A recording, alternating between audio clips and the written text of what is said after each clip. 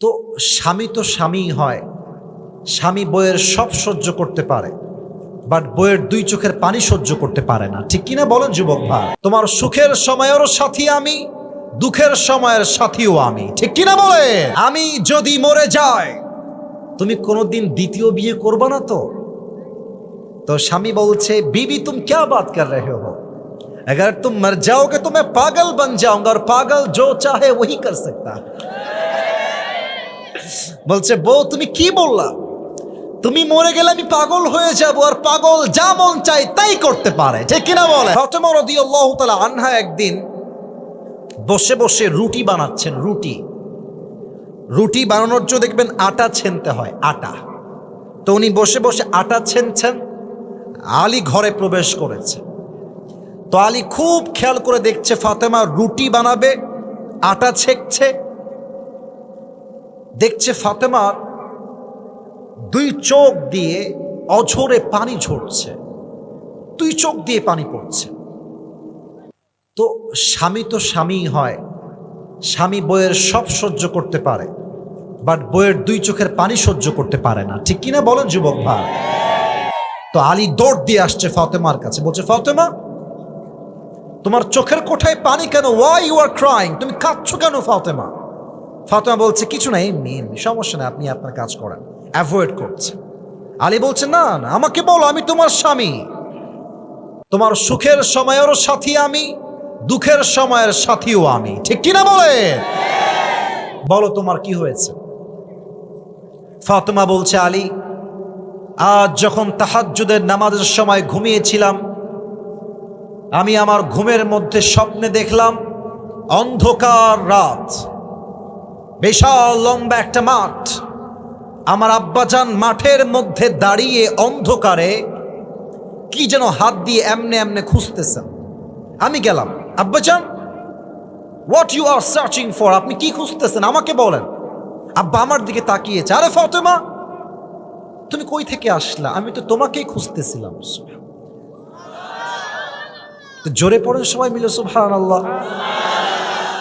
আব্বাজান আমি এখানেই আছি, বলেন কি লাগবে আপনার? এবার আল্লাহর হাবিব ডাক দিয়ে বলছে, ফাতেমা তুমি দুনিয়ার জমিনে আর বসবাস করো না, আমি বড্ড একা, তুমি আমার কাছে চলে আসো। এই কথা নবীজি বলেছেন, আর ফাতেমার ঘুমটা সাডেনলি ভেঙে গেছে। উনি ভাবছেন, স্বপ্নে আমি কি দেখলাম? এইটা আমার আব্বা আমাকে কবর থেকে ডাকছে, এর ব্যাখ্যা কি? যারা এখানে বসে আছেন স্বপ্নের ব্যাখ্যা শোনেন। যদি আপনাকে আপনার বাবা কবর থেকে ডাকে যে বাবা তুমি আমার কাছে চলে আসো, যদি আপনাকে আপনার মা কবর থেকে ডাকে যে বাবা তুমি আমার কাছে চলে আসো, এই স্বপ্নের ব্যাখ্যা এসেছে আপনার হায়াত বেশি দিন আর বাকি নাই। এটা হচ্ছে স্বপ্নের ব্যাখ্যা। তো আমাদের ব্যাখ্যা ভুল হলে হতেও পারে, বাট নবীজি যে কবর থেকে ডাকছেন, নবীর ডাকা কি কখনো ভুল হতে পারে নওগাঁর ভাইরা? না, হতে পারে না। এটা ফাতেমার স্বপ্ন শুনে আলী বুঝে গিয়েছে যে আমার বউটা হয়তো আর বেশি দিন দুনিয়াতে থাকবে না। এবার আলী নিজেও কান্না শুরু করে দিয়েছে ফাতেমার সাথে। ফাতেমা বলছে, আলী থামেন, কাঁদছেন কেন? কুল্লু হাইয়িন মাইয়িত, প্রত্যেকটা জীবিত মানুষকে একদিন মৃত্যুর স্বাদ গ্রহণ করতে হবে, কেউ ভাগতে পারবে না, আমিও পারবো না। আলী থামেন, স্টপ। আলী বলছে, ফাতেমা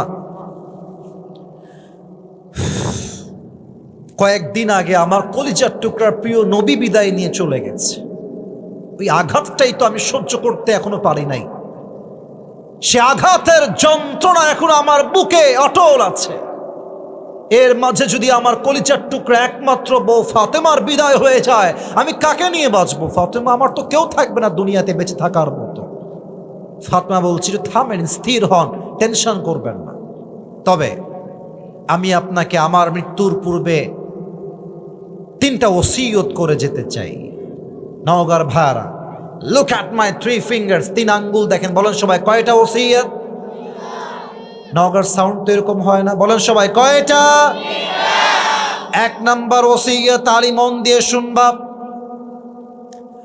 আমি ফাতেমা তোমার একমাত্র বউ, হাসান এবং হোসাইনের মা, নবীজির একমাত্র কলিজার টুকরা মেয়ে ফাতেমা হলাম আমি হয়তো তোমার বউ হিসেবে তোমাকে অনেক আঘাত করেছি, অনেক কষ্ট দিয়ে ফেলেছি, তুমি আমাকে মাফ করে দিও, মরে যাব তো, মাফ করে দিও।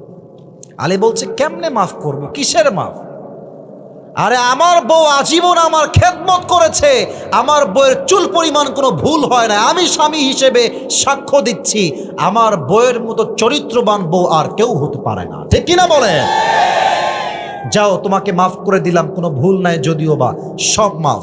2 নাম্বারটা বলো। এটা একটু মজার ছলে বলতে চাই।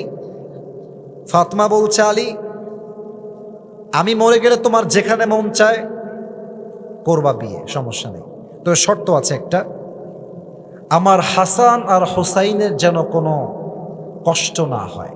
আর আমাদের যুগের এই মেয়েরা যারা আছে, মরার সময় যখন বেঁচে থাকে স্বামীকে বলে এই এদিকে আসো, স্বামী বেচারা মাসুম নিষ্পাপ, কিছুই বোঝে না, কি হয়েছে বলো, বলে এই তোমার ডান হাত আমার মাথায় রাখো, রাখলাম, বলো কি বলবো, বলছে আমার মাথার কসম খেয়ে বলো তুমি জীবনেও দ্বিতীয় বিয়ে করবা না।